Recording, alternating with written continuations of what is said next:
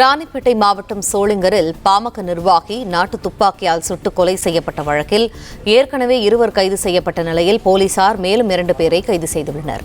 இது தொடர்பான மேலும் தகவல்களை எமது செய்தியாளர் மார்டின் வழங்க கேட்போம். மார்டின், தற்போது கைது செய்யப்பட்டிருக்கக்கூடிய நபர்கள் யார்? இந்த வழக்கு தொடர்பான விவரங்கள் என்ன?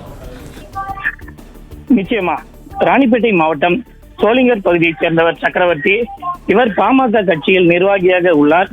இவர் கடந்த 11ஆம் தேதி இரவு தனது வீட்டிற்கு 2 சக்கர வாகனத்தில் செல்லும் போது நாட்டு துப்பாக்கியால் சுட்டு கொலை செய்யப்பட்டார்.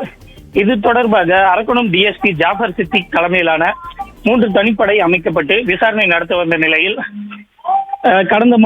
கடந்த மார்ச் மாதம் ரெண்டாடி பகுதியை சேர்ந்த பிரபல ரவுடி சீனிவாசன் கொலை செய்யப்பட்ட வழக்கில் 8 பேர் கைதானார்கள்.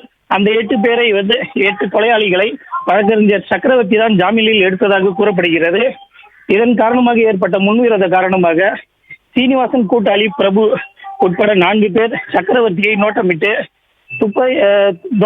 துப்பாக்கியால் சுட்டு கொலை செய்யப்பட்டது தெரிய வந்தது.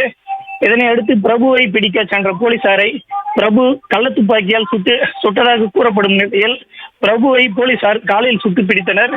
மேலும் மாதவன் என்ற ஒரு நபரை நேற்று கைது செய்யப்பட்ட நிலையில் இன்று சக்கரவர்த்தி கொலை வழக்கில் தொடர்புடைய மேலும் 2 போலீசார் கைது செய்து விசாரணை மேற்கொண்டு வருகின்றனர்.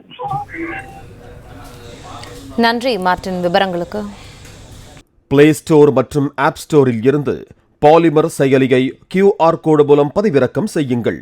செய்திகளை உடனுக்குடன் பெறுங்கள்.